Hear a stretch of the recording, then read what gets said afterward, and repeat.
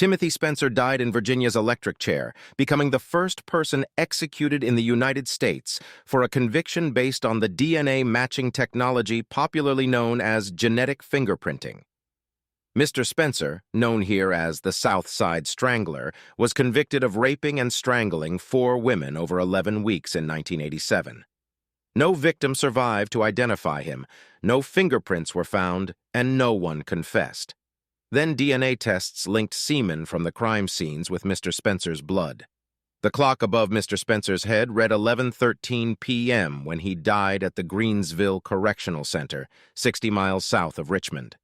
Mr. Spencer, 32, who had refused an invitation to donate his organs, clenched when he received the first of 4 jolts in the oak electric chair, which was built by inmates in the 1960 HS. When the warden, Ellis B. Wright, Jr., asked Mr. Spencer if he had last words, the condemned man said, "Yeah, I think." Then he fell silent and looked around. After about 20 seconds, he nodded, and the leather death mask was strapped on. Less than a half hour earlier, the United States Supreme Court rejected a last-minute appeal by Mr. Spencer's lawyers for a retesting of the genetic evidence. A court spokesman said Justice Harry A. Blackmun had cast the lone dissenting vote. Earlier in the day, the Fourth Circuit Court of Appeals denied a request by Mr. Spencer's lawyers for a stay so new DNA tests could be run. Mr. Spencer's execution was expected to be the first of many such sentences imposed as a result of DNA matching. High degree of certainty.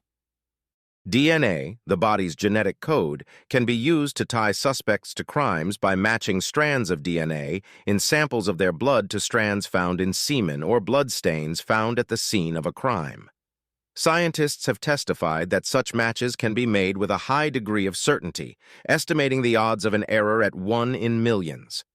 Such evidence, not introduced in United States courts until 1986, is now in wide use and has been the basis of many capital convictions.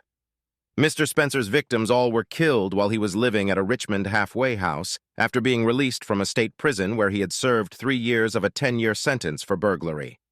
The slayings took place on weekends when Mr. Spencer was signed out of the halfway house. Prosecutors said he had bound the hands of 3 of the 4 women to a neck ligature, so that the more they struggled, the more they choked. Among his victims were a high school freshman and 3 professional women, all from a quiet suburban neighborhood.